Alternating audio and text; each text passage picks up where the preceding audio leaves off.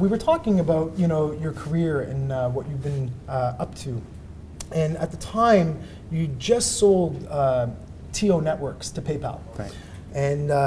And after that transaction, and interestingly, it was a public-to-public transaction. So Right. TO was publicly traded, PayPal was publicly traded. Yep. So there's none of this golden handcuff scenario or whatnot. So you were pretty quick to move on to the next thing after being a VP at PayPal for a little bit. And can you describe to us kind of like, first and foremost, how you define impactpreneur, the term you've coined, and what it means to build a business with purpose?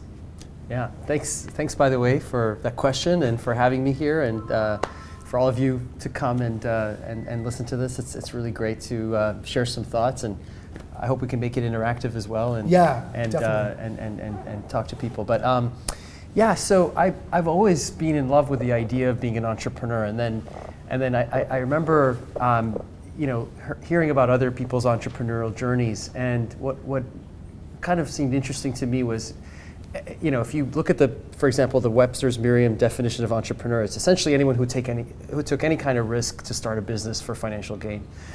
And I don't know, I just felt I felt more romance than that with the word. I felt like, gosh, you know what? Shouldn't it be a little more aspirational? Shouldn't it be about impact? Shouldn't it be about somehow bettering a situation?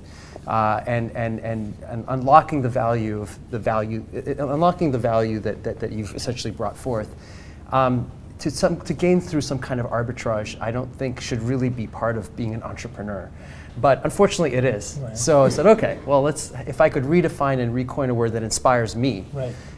That's when Impactreneur came up, because to me, that's the true essence of entrepreneurship, is to make an impact. Right.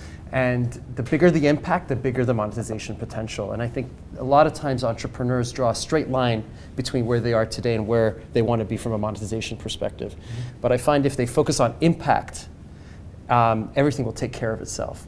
And the bigger the impact, the more relevant they are, the more opportunity they have, and to unlock value and to monetize. And so for me personally, it became a very clear way to align myself and to inspire myself towards the types of activities that I wanted to be involved with. And so whether it was operating, I wanted to be an operator of an impact-oriented business. Mm-hmm. If I was investing, I wanted to invest in an impactreneur. And so I explained that to someone who I was meeting with. And so I think that was sort of the foundational elements of Impactreneur for me. Right, and I think that's where you see some of the bigger and more epic stories where people are obsessed with a particular problem. They're not really focused on necessarily making money as much as it's about why that person, why now, and that sort of thing. So absolutely, and good on you for that. Well, and I think today, especially with millennials and Gen Zs, a lot of folks really yearn for that. They don't even. They could do anything. A developer could go anywhere. A talented, person in marketing or business or IT can really go anywhere. And what you find is a lot of people wanting to be with impact-oriented business, purpose-driven business. That's another way of saying it. That the business has a purpose, that has a goal that's above and beyond themselves to some extent. And I think that's the lure of also a small company. Right. And a place like this, the creativity that's spent here to unlock and solve problems, I think is pretty incredible. Yeah, absolutely. And just for the sake of some of those in the audience, I tried to include a little bit about Hammad's bio, and I think we grabbed it from Bloomberg. But in any case, Hammad's been involved in numerous businesses on the foundational level. Some of the big ones here in Vancouver. Well, TO exited for $304 million at PayPal. Broadband TV, he was there with Rafati in the beginning. And then Hammad's also involved with, actually, you were just mentioning to me in the green room that you're creating a new fund called Impactreneur. So we'd love to hear more about that. Sure. But right now, he's the president and CEO of Well Health Technologies. And so if you check them out, they're traded on the Toronto Stock Exchange Venture Exchange. And so it's also, you have some really interesting investors, which I'm going to get into in a moment. But so he's really a serial entrepreneur and one that focuses on providing impact. So When we get to the question and answer period, if you have questions about any of these stories or any of these businesses, I'm sure you'd be happy to answer them. Absolutely. When you think about what you choose to work on, your time's finite, right? And you always have to be mindful of that. But when you think about what businesses, the purpose of those businesses, how do you approach that? How do you approach this is something that I care about, or this something, what's the process in figuring out what is an impactful business, whether it be on the operator side or on the investor side to get into? Sure. I mean, I think a lot of VCs and a lot of people that are putting money to work ask a lot of questions like, well, what problem are you solving? And I think that's somewhat analogous to this impact conversation. I just think that the problem that you're solving should have some kind of, again, aspirational social or human benefit. And so if the problem that you're solving is only geared or calibrated to derive financial benefit, I just don't think it'll be very sustainable.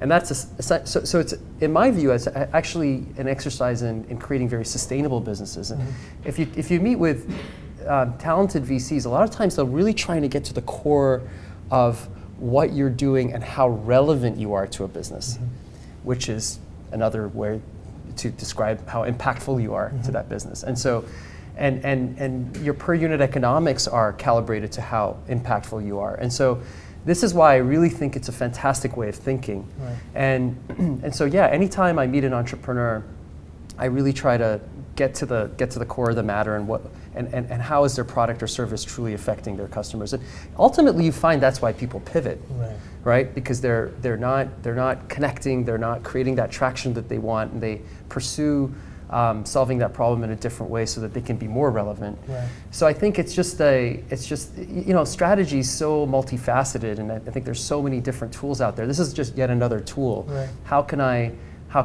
impact my intended audience as much as I can? And sometimes, again, you find that you impact another audience more. Right. And so ultimately, I would argue that businesses end up where they're most impactful, right? So I think to me that's a way that it's a kind of a philosophy that I try to deploy when looking at business problems. Totally. Yeah. And so if you look at thought leaders like, say, I don't know, Sam Altman or even Paul Graham before him, they talked about things like, the number one trait in an entrepreneur could be, the number one trait is either a combination of tenacity and determination, right? So when we think about the word failure and even what that means to you, if you could comment a little bit on what that means to you and the tenacity and the determination to find that alternative path, because it's always going to evolve from where you think you're starting to where it is. And then if you could tie that back in to the Chopra Yoga story and how that's kind of evolved and how you came out of that and how you came into what you have today. Yeah, no, it's a great question. So I think failure is a really important word to consider your relationship with. I found that I truly redefined my relationship with that word over time. I think it's the number one reason why people don't start businesses, for example, is because they don't want to fail. So I think, but then you talk to most people, and the vast majority of very successful businesses out there at some point, had some failure. So, and probably their first idea or their first business plan was a dud, right? And so I think for me personally, my definition of failure is to stop trying, is to stop repurposing, is to stop pivoting, is to stop transforming, right? And that's the essence of life, is to be able to transform and grow. And I think if you try stuff and it doesn't work, the natural response is disappointment, right? It's like, gosh, it didn't work. What do we do now, right? And a lot of people walk away from businesses, and this is where the lean and agile approach to starting businesses makes a ton of sense, because sometimes they have to, because they've taken on too much financial leverage and they've painted themselves into a wall or what have you. But if you can allow yourself to fail safely and be able to pivot and change direction, it's really, really exciting. And really, I think that's ultimately how businesses end up in a successful state. And to back that into the Chopra Yoga situation, so we had licensing agreement with Deepak Chopra, Dr. Deepak Chopra. I don't know, raise your hand if you've heard of his name before. Okay, most of you. We're in Vancouver. So he's a very successful author and wrote many books on mind-body medicine, and we partnered with him to really create accessibility to his philosophies, and we thought that yoga was a good place to start. It was actually more yoga and meditation, and we established 2 clinics, one here in Vancouver, one in Toronto, and we thought we had a tiger by the tail. This is this amazing guy, and we thought, we open up a yoga studio with his name on it, with truly authentically having blended some of his philosophy, and we took the 7 spiritual laws of success. I don't know if you read that book, and we had a law of the day at the beginning of each practice. We would design asanas associated with those laws, and we'd have teachers that knew how to design asanas and really disperse some of that philosophy during the sessions and so forth. And I thought it was a phenomenal product, but it didn't really work that well. It didn't attract, from a demographic perspective, a lot of the people that just wanted to go have a great sweat at Y Yoga. And we were like, what? How could that possibly be? And that was not a business that was easy to pivot, because of course leases are really hard to get out of. Right. So the build outs are expensive, but we did. We eventually decided, gosh, you know what?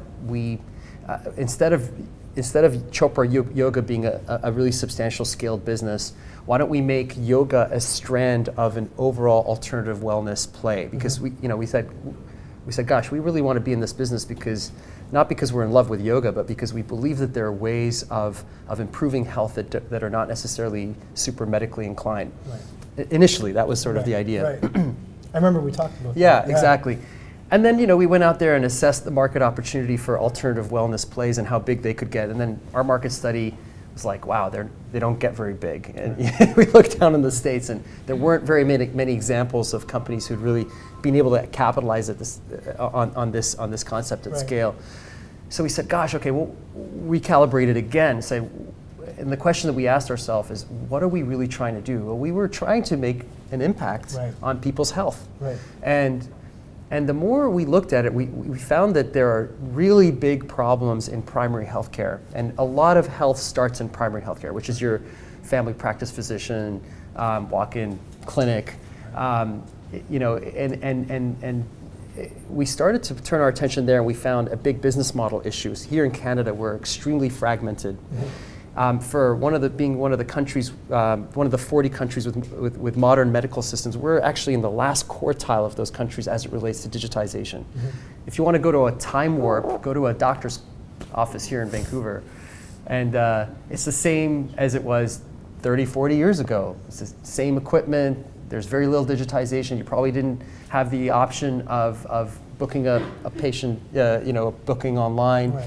You have to call, you have to show up, you have to wait 2 hours. It's free, but you pay with your time. And we got, there's got to be a way of improving that. Why isn't technology being used? And what we found is that it was a scale problem. There wasn't, the technology and interoperability, sort of uptake was required greater scale adoption, required bigger players with multinodal businesses where you could make. Technology is expensive, right? Expensive people making expensive decisions, training, the maintenance of, and so with scale, we felt that we could deploy technology and be able to then license it effectively and help doctors' offices get up. And so we've now, within a year, done 19 clinic acquisitions. We're the largest owners of medical clinics in British Columbia, one of the top 5 in Canada, 600,000 patient visits a year. And have already started deploying digital applications to help. We're early days, so we have some telemedicine, we have some patient booking, digital stuff, but the objective within a couple of years is to be fully digital, have a clicks and mortar practice, but doing that all within the context of our MSP system. So you're not paying extra for that. And so it's been... And you also have a particularly strategic investor. Right. That's a great point. And so when you've found a really big opportunity when someone of the caliber of a Li Ka-shing joins your team, right? I don't know, raise your hand if you've heard of Sir Li Ka-shing. So he's the number 23rd wealthiest person in the world. And what's remarkable about him is there wasn't sort of one company or one, like oftentimes on that big Forbes list, especially higher up, you see like someone whose stock appreciated tremendously, like a Zuck or a Larry or Sergey or Jeff Bezos or what have you. And this guy, he's crazy diversified. It's an incredible conglomerate. He started working in a plastic flower factory, and he just incredible investments, incredible long-term thinking, and very, very, very strong businessman, but incredibly well respected. Owns the largest chain of pharmacies in Asia, so kind of the Walgreens, CVS equivalent of Asia, all throughout China and Hong Kong and Singapore and so forth. And so we connected with his group through Horizons, which is his partner Selena Chow runs Horizons, which is a big venture fund which allocates Mr. Lee's capital, and it's been great. I mean, we're already within a year, we're about a $30 million revenue scale. We just acquired a electronic medical records company, so we're essentially accumulating scale across two vectors, clinical and digital, and in doing so, creating an asset that really Canada's never seen, because you usually have clinic groups or you have groups of digital assets. Right. But what the country really needs is a more digitally connected healthcare ecosystem. And that's why we believe accumulation across both of those axes and then the synergy between them is really so really excited about this. I think this is the biggest thing I've ever worked on. Right. Yeah. And so we've talked about like the impact of this business. It's obvious, it's health. But in terms of what I've discovered in some of my research on your site and whatnot, it looks as if you're in part growing through an M&A kind of strategy, right? Right. And so like it's almost like, I guess, open text in the most recent era, right? Right. But so can you talk us through kind of some of what that looks like and what your world looks like today in terms of what comes next? Because it obviously extends beyond Canada in the long run. Right. And so what are you thinking about like stateside, US-wise, or even globally, maybe in China? Some of the things that you've been starting to allude to, but it's still early days. Yeah, so I think part of the M&A philosophy behind what we're doing is I don't know, how many people have heard of Constellation Software? Raise your hand. Okay, great, some of you, or maybe Descartes. Yeah. Okay, great. So companies like Descartes, Constellation, Enghouse, maybe to some extent OpenText, there's enormous software market cap that's been created in Canada based on very disciplined M&A. So this idea of buying within the context of a strict multiple, typically 4 to 6 times EBITDA, right? And then working off the cash flow of those acquisitions to make more acquisitions. When you get into something like healthcare, where you need a ton of capital to be able to accomplish really big things, it's very important to try and derive positive cash flow as quickly as possible. And so it's a bit counterintuitive, because you're thinking, well, which super innovative company is going to sell their company for 4 to 6 times EBITDA? Right. Well, a lot of mature companies that have innovated, that have created a lot of cash flow, who no longer are growing at 30% year over year, are out there, and they're generating cash flows, tremendous and very very rich cash flows that are I would say just pretty durable in terms of not kind of changing very often. Some of that could be like embedded software, billing, a lot of software that's sort of plugged into major organizations that make things roll, and that's the kind of companies that Constellation, for example, buys. So Constellation is a great example of this strategy working. They're literally a $22 billion company that has built that entire market cap by virtue of this strict M&A philosophy. Not my cup of tea, because the big idea is effectively multiples arbitrage, which is they're valued at 15 to 20 times EBITDA. Well, now more than that, but and then they're acquiring at 4 times. So you're immediately revaluing that 4 times EBITDA business that you bought at many, many more times. Right. But imagine if you could take that take that philosophy and apply that to a big idea that's designed to improve patient outcomes, that's designed to invest in technology. So to me, that's a very compelling way to, otherwise, if you're out there and you're just taking on debt and you're raising equity, there's nothing left for your shareholders. No one's going to win. And you can't, and so to me, it's very important to create positive cash flow. So our M&A strategy is very much, centered around profit. Okay. And so you're talking a bit about the future. Take me back for a moment back to the past. So you founded TO Networks in, I think, 1997, if I'm not mistaken. 17-year run, and then ultimately you exited to PayPal. So, but throughout the course of that, and we chatted about this a little bit, but you obviously were running teams that were distributed. Like there was, you had multiple offices and whatnot.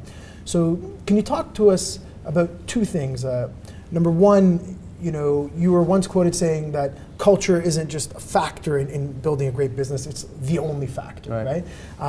Number one. And then number two, from a distributed team, how you kind of preserve your culture across different offices, or how you even approach kind of managing remote kind of employees and that sort of thing. No, that's a great point. So I think culture, a lot of people say, well, culture is an output of sorts. I actually think everything is an output of culture. How many people have read Good to Great? Okay, Jim Collins. So Good to Great, Jim Collins says, start with the people, right? Get the right people on the bus, then the bus can go. So the right people on the bus create the right culture, right? And so everything else becomes an output of what those people create. And so to me, if you have a very, if on the surface you have a very benevolent focus in your business, but you have the wrong people and the wrong culture, that product or service that you're creating could become weaponized. It could be misdirected. And so culture really matters. And we're now seeing this, whether it's because of the populism that we see out there, because of the political issues that we see out there. But I think if you believe that you have the wrong culture, it's really important to stop. And again, Jim Collins, and I think to a great extent, why do we let people off the bus? Because they're not a culture fit, right? So when you bring that into the context of a distributed team, it's really harder because you don't have the ability to spend personal energy physically that often with people. So the idea of culture even has to be stronger. You have to work harder at implementing that culture. And so now we have some great visual tools where we can do those types of video conferencing, whether it's the Hangouts or what have you. But I just think it comes back to what we were talking about earlier, which is people want to be part of something bigger and greater than themselves. They want to be contributing to something that's more benevolent, I think. In my view, there's the big idea of a company could be your culture, and you could start there. That's kind of what we did with Well. I mean, honestly, we said we want to make an impact in primary healthcare. We talked to a bunch of thought leaders. What we found from those thought leaders is the number one biggest problem in medicine all over the world is not enough doctors for too many patients, and that ratio is just going to get worse and worse and worse and worse. So what's the solution? The only real solution is take the most underutilized component of that ecosystem, which is the patient, and get them to care more about their health. The studies show that if someone cares more about their health, if they're paying attention to their health, that means they're doing things that are preventative. Their health outcomes are dramatically better. So if we could just get people to care, that's huge. But primary healthcare doesn't really work that way today, right? You go to the doctor. Doctor, unfortunately, doesn't have much time to see you, 5 to 7 minutes, because of how much they get paid. They don't have time to really understand health as a puzzle for you and make recommendations from a preventative perspective. They're just there to kind of address your symptoms and move you along or get you to specialists if they need to.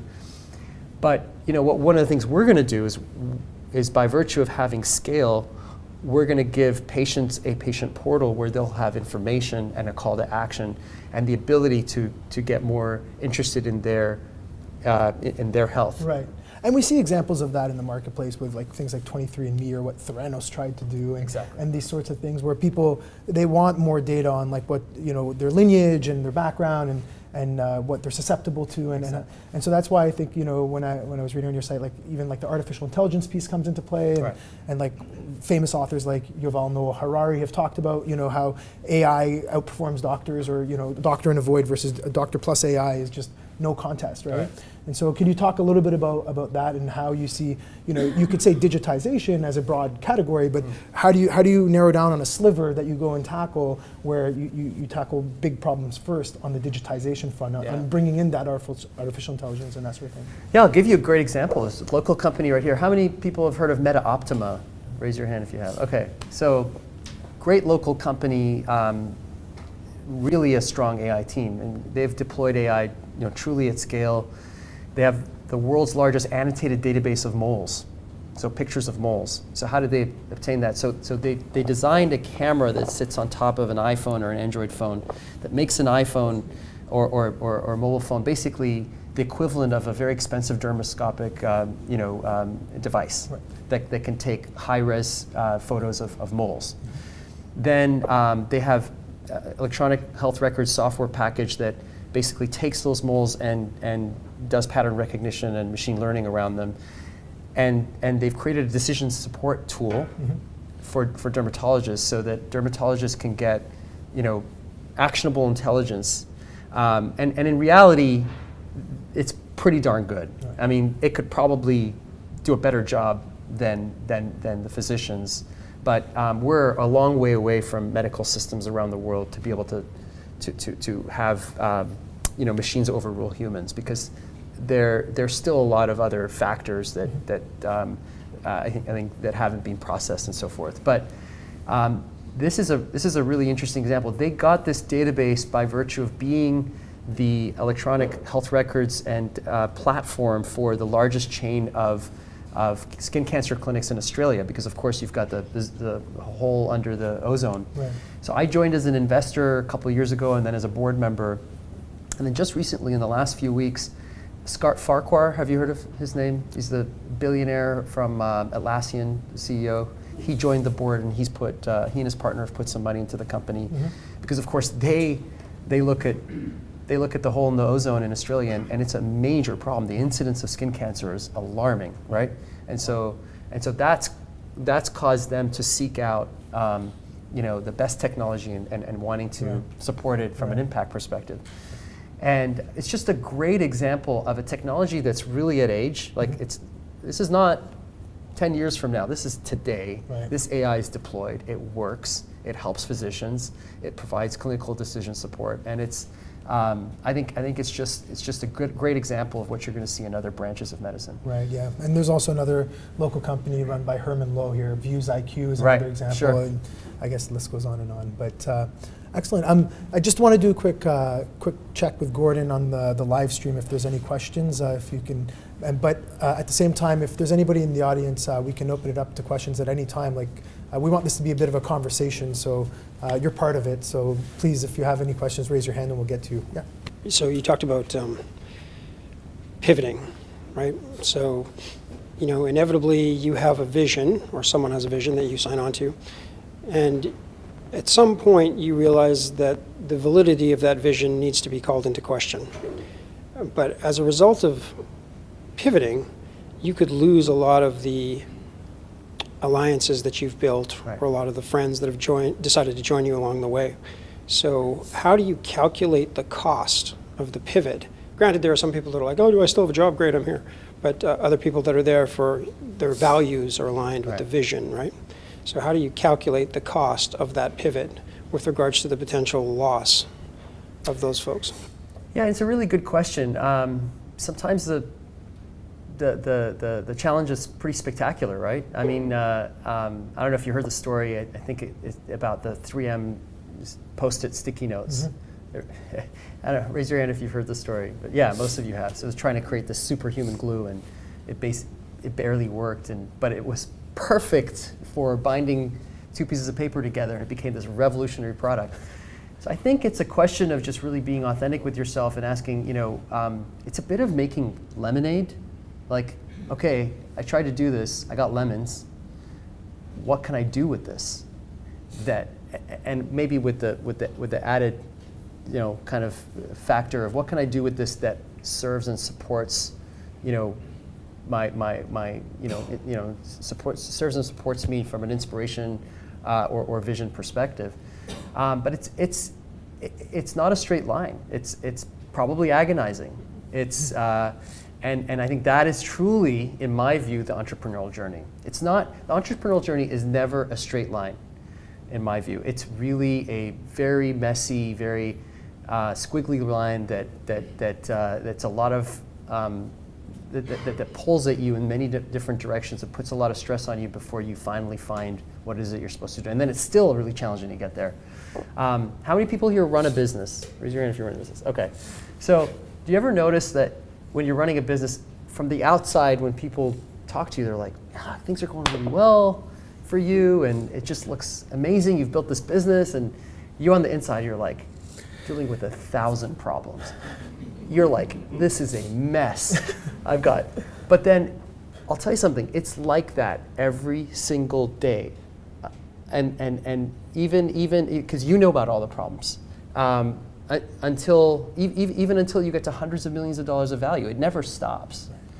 But this process of making progress, I think you don't really even notice it as you solve these problems, and so the problems never really go away. But I think, to your point, back to the vision, I think it's an agonizing problem, to try and find something that you're authentically feel attracted to. Because I was authentically attracted to the idea of using the Chopra example, bringing Deepak Chopra and the philosophy. I was really touched by reading all those books, and I thought it was the best thing. And I thought it was accessibility, and I thought it was impact to be able to share that in a different way with a lot of different people. But then, what was I truly passionate about? As I dug deeper and deeper, I was truly passionate about wellness. I really wanted to do something that was making a positive impact on someone's life at perhaps that wellness level. And so I got really interested when I started to understand that I could possibly do something that could positively influence primary health care, at some infinitesimal degree, and hopefully at a larger degree later. Thank you. I'll just get right to you.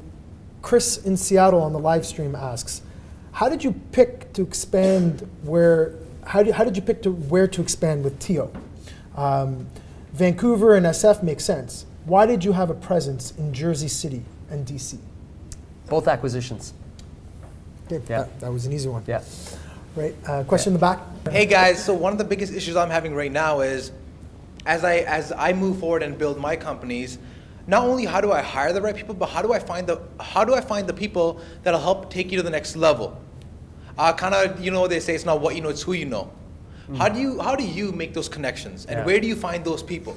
It's a really good question. I mean, I think you have to be very honest with yourself about your strengths and weaknesses. A lot of people hire in their own image, which is not the best thing to do always. I think you have to truly be honest with yourself, and you have to have a plan. I think a lot of people go by gut check and so forth. I think really sit down and understand who do you need, and what do you need on your team in order to be able to access, whether it's the contacts, the capital, the expertise that you need to go, and then you have to seek that out. And then I think the challenge is a lot of people don't represent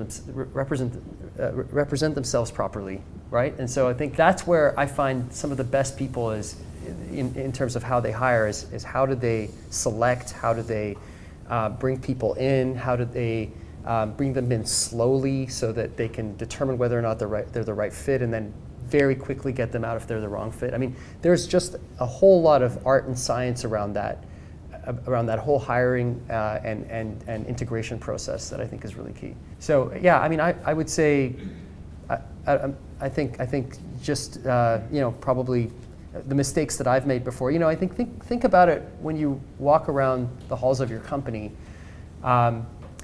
Wherever you look, you can probably see your strengths and weaknesses manifested everywhere. It's a scary thought, right? So So you look around, you look at your business model, you look at strengths and weaknesses of your business, and if you're really truly honest with yourself, if you're running that business, they start to manifest. You start to see that, wow, my strengths and weaknesses have manifested in this way. And so it's so important to bring people that have different skills set than you. Mm-hmm. Because you start to transform that, and you don't want a company that has your strengths and weaknesses. You want a company that has your strengths. That's it. And other people's strengths. Right? I really found that. And over the years, slowly that changed as I was able to attract and bring in the right people. You have a question over here? So I really appreciate, your sort of mission and around starting the Chopra Health. And then I also appreciate what you're doing with public health and digitization. And that really the problem is, and correct me if I'm wrong, is inspiring patients to be responsible for their health and take action. Absolutely. On their own. And what I'm struggling to understand is how is grouping together a whole bunch of doctors or a whole bunch of patients and digitizing them, how does that happen? Yeah, so the scale accumulation allows you to pool resources and ultimately deploy those resources to create things like sophisticated health portals. If you didn't have the resources, this is the fundamental problem. These clinics today operate on in such a fragmented way, in onesies and twosies, and I think the largest chain in the country is like 31. Right. In a $250 billion healthcare system. Unbelievable, right? And so technology just does not live well in a non-scaled environment. And so no one doctor, unless he's a genius and is coding at night between 3 and 5 a.m., is going to be able to implement that kind of sophisticated, secure storage locker that provides calls to action. It has all this inputs that allows all this to that's just going to be, it's going to be really, really tough to do in terms of having the resources and the execution ability to do it. So for us, we think that type of technology, that type of sophistication happens when you're able to make the right investments, and scale allows you to do that.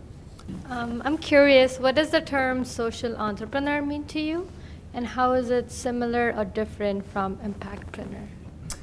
Yeah, so I think it's pretty similar, because I think it's not philanthropy, right? I think at the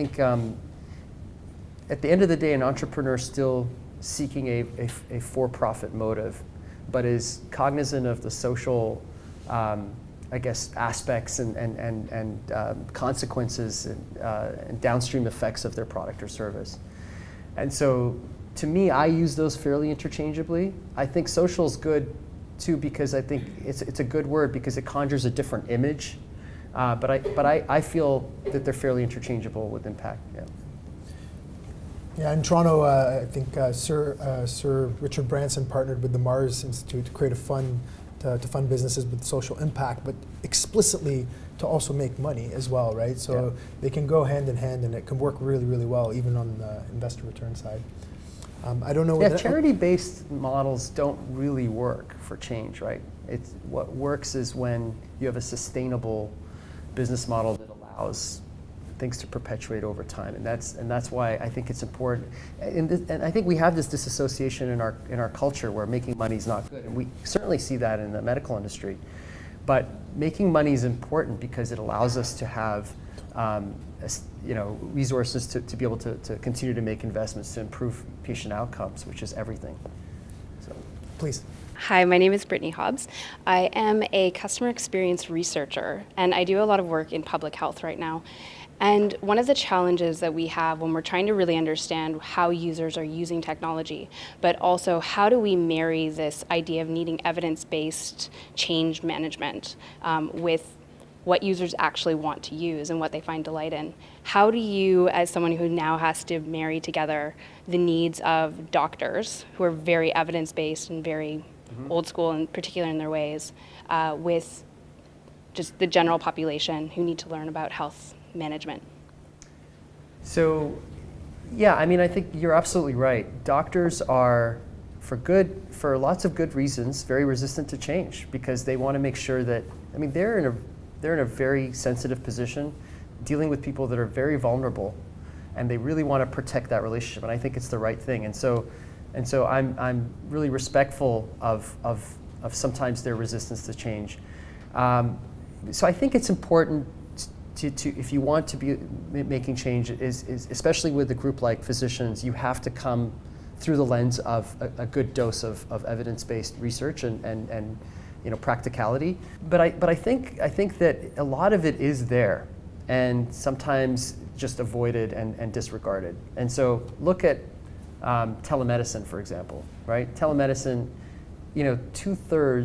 research shows that 2/3 plus of doctor's visits can occur through a piece of glass, essentially, virtually. And yet we have, again, incredibly low telemedicine penetration here in Canada. South of the border in the US, an HMO like Kaiser Permanente in 2016 delivered over 50% of all their patient visits through virtual care. And Kaiser's an amazing company. They're very technology forward, but they had the scale to invest in technology. I mean, they're also very different than most other HMOs. And it's incredibly valuable for certain people. I mean, imagine waiting an hour or two just to get a prescription refill. Whether it's productivity for the actual, for the doctor, but also just the sheer amount of time and potentially suffering that's avoided by virtue of not having that sick person come all the way. I can tell you that most mental health new applications that are out there are not in situ. They're definitely telemedicine based. That's an example. One of the most recent examples of physicians dealing with change is cannabis. Okay, so this is an interesting one. There's tons of evidence about how cannabis is helpful in terms of pain management and so forth, and a lot of physicians really want to engage in it, but they just don't know what to do. So they're referring people to to dispensaries and so on and so forth. But you have a lot of physicians that are still very resistant to cannabis, and they're still giving out things like Percocets and Tylenol 3s that are incredibly difficult on people's kidneys and health, and potentially can get them hooked. I mean, cannabis from a pain management perspective is really an exciting development, and medically speaking, I think you're going to see I think some real opportunities there. So just examples of how the evidence is there sometimes, but people choose to disregard. So I guess we have to fight the good fight.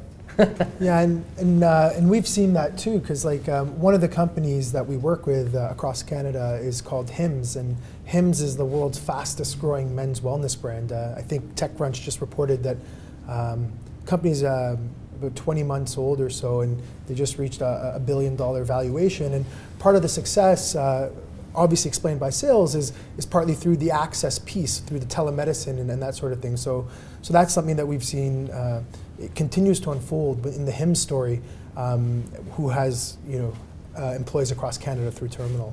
So just thought I'd mention that, because in fact maybe even connect you with Hims at some point. Love to have a wider to conversation. Yeah. Next question back. I'm just curious if you could talk a little bit about your approach and your philosophy to personal medical health records, and how you're going to manage the privacy of those things, who owns them, and all of that stuff, because that's got to be a pretty big challenge in your model ahead. Absolutely, that's a really big one. I was actually really excited about blockchain initially when blockchain came out, and attended a conference that was all about blockchain and healthcare. And I can tell you that very quietly, hospital systems all around the world are testing blockchain for that particular purpose, because this information is so valuable. It's 300 times more valuable than a credit card PAN number in the dark web. 300 times more valuable. And so I think it's really important to make PMRs, personal medical record services, available, because it's the whole essence of this preventative proactive healthcare model that we're thinking about here. Think of it as a storage locker for your health information, right? You know, the same way you have an iTunes locker for your, for your songs and movies and so forth. And so, I think it's really important because it's also a very different paradigm. In conventional businesses, non-medical businesses, just because data can flow, it will flow. In the medical business, just because data can flow, it doesn't mean it should flow. In fact, every instance of sharing has to be consented to. So consent management is a really, really big deal. And so it's not just about interoperability, it's about ensuring that that interoperability also has a very elegant way of interacting with consent management. And so consent management then has to be very securely managed from an identity management perspective. And so you can just imagine that so much of this is probably going to end up being biometric at some point. But I believe that there's some very exciting things happening in that space, and a lot of people working on solving that problem. And I don't know if we're going to take a buy versus build approach just yet. But yeah, I think you're right in that these are very different requirements that one needs to pay attention to. Another question up front. In the world of immutable record keeping, i.e. blockchain, there's a critical component which is self-sovereign digital identity. And the problem, the greatest impediment to that, and a variety of other factors, is education. So how are you framing that from a cost perspective, from the business's perspective, and how are you addressing that? Because a lot of businesses don't think that's their responsibility, and whether they think it's their responsibility or not, the fact is they're not going to be successful without it. Do you mean education to the patient? Yeah, like the ability for people to engage with the system because they have been brought up to speed with regards to how it works, which is very different than anything they've experienced previously. Yeah. And they are responsible for that information, their private key, or however that Right. manifests. Right. Yeah, I think you're right. In this case, very slowly.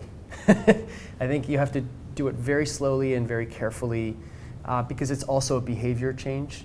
And there's a reason why there's some businesses that change very, very slowly over time is because they should, because it's that important. And it's not only a behavior change, but it's also the magnitude of impact negatively that's caused by that information leaking out is pretty awesome.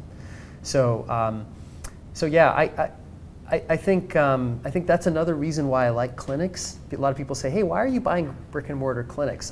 And in my first of all, from my perspective, it was a great way for us to get into the business because we have 180 physicians now on our roster, and those are physicians that will, I think, make the transition to becoming virtual care physicians as well as in situ physical physicians and so forth. But I think there's a lot of surface contact with patients and a way to really work with them in a way that you don't have in a virtual only business. So yeah, I'm not sure if that was helpful, but I think it's extremely important and something that there's no prosthetic for. If I may, I'll also add that back in October of 2017, I helped some friends found something at the time that was called EathWaterloo.com. It's now Eath Global, EathGlobal.co. And that's effectively the world's largest Ethereum hackathon network going around the world. And the fundamental premise there is, there's way too much price speculation and arbitrage on the blockchain. What this entity is focused strictly on is education and building actual things, actual solutions, even at a prototype level. So if you wanted to learn more about that, I strongly recommend EathGlobal.co. So it's strictly Ethereum focused, but the next one's in Paris and then Cape Town, and then we're bringing it back to Waterloo in October. We're just picking a date for that. So to your point, that's a major factor in our buy versus build decision, because you sit down and you think about, well, what do I want in a PMR, in a personal medical record solution? Obviously beyond safety and security, it's you want to design something people can use, will use, are able to use. And so, I like the idea of us being able to deploy that in an in-situ environment, and potentially, I don't know, maybe eventually there'll be a dongle of some kind involved in it. But But yeah, there's it's a major criteria in our decision making. It's like the societal stigma is really what you're battling, because I don't know if you go to medical school, I'm not a medical student, but are people being taught to provide telecare? Is that No. part of the curriculum? No, absolutely not. And I think that's in part of the problem, right? Is curriculums need to be updated, and it's just change. A lot of people. I speak to a lot of physicians. They know it's going there. They know they're behind. They want to do it. In the case of Canada, because we're so digital here as a populace, and not doing these things at scale, it is really because there are some fundamental issues like fragmentation that are holding us back. Because again, they want to do it safely. They want to do it properly. Someone has to make those decisions. Someone has to show them that this data is not leaking, or that it also is conforming to the College of Physicians and Surgeons regulations, which is not an easy thing to confirm, because it's pretty varied and deep. We probably have time for one or two more questions. Yes. I had a question around how you track and measure the impact over there. So if all the business is based on impact, how do you track and measure? Yeah, it's a great question. So one of the funds that invested in us at TIO and has invested in us at Well as well is called Core Innovation Capital, based out of LA. Incredible group of people there, and they're actually an impact-oriented fund. And so when they invested in us, they said to us, you have to do an impact audit every year. Are you okay with that? That's a real condition of coming on board with us. And we said, gosh, tell us more about that. And they said, it's those KPIs that you track that are representative of, of the impact that you're making with your intended audience. And so, in our last business, we had those, we had those KPIs. One of those key KPIs for us before was saving people money, because we were a bill payment processor that was basically taking people outside of the mainstream banking system who were making bill payments with the Western Unions of the world, who were paying exorbitant fees. And we were trying to find them basically lower cost alternatives. And so we were saving hundreds of millions of dollars. That became something that we're maniacally focused on, and it became a really big deal. So you're absolutely right. It's very important to sit there and design with your team. What are the KPIs that are truly representative of the success of our business in creating an impact? And then you get sort of eerily connected to those KPIs, and you watch them all the time, and you celebrate them as a team. You put them on a monitor somewhere in your company, and you watch them, and you put them adjacent to financial KPIs. But it's really an exciting thing. So I think it's a phenomenal question, and something I would ask every business person to think about is truly what are those KPIs that are representative of your success and impact. With Well, we're working on it. I don't think we're there yet. I think when we make a patient visit, we feel good about that, because we helped someone who was vulnerable, had a real question about their health, and needed support. But the big thing is to really be able to measure how good a job we did for them, as opposed to just supporting them. And I don't know if we're there yet. So, yeah. How are you going to manage the gap when primary care meets acute care? Because Primary care meets what, when sorry? primary care, where you're functioning now Yeah. with Well, when you hit acute care, which is our institutional infrastructure, there's a lot of siloization for acute disease, but also aging. Right. And if you've ever navigated anyone through the aging process, you can have the best primary care system in the world, which I congratulate you on. But when you hit how are you going to navigate the monolithic healthcare units and hospitals and their approach, which is opposite to what you're trying to do? Yeah, it's a good question. I think the best way of navigating it is try not to get there, right? This is I think the biggest learning that I've had is prevention's the best. Is absolutely the best way to try and deal with any of this stuff. Take cancer, right? There are tests now out there that you can go And there's a company, very innovative company called Molecular U. Raise your hand if you've heard of Molecular U. Okay, a few of you. And they do a multi-omics test. So genome, metabolome, proteome, biome. And they will tell you if you have metabolites in your blood that look like cancer is forming or cancer is starting to make its way. And people ask me, say, hey, Molecular U asked me if I'm doing this test. They asked me if I should agree to being told if I have metabolites in my blood for cancer. And I don't know if I should say yes. It's really scary. What if I do? And I was like, categorically yes. Absolutely. I mean, we all have some form of cancerous activity in all of our bodies. It's just that our immune systems are able to suppress them. Cancer is this one thing where the longer it goes, the stronger it gets, the harder it is to beat down.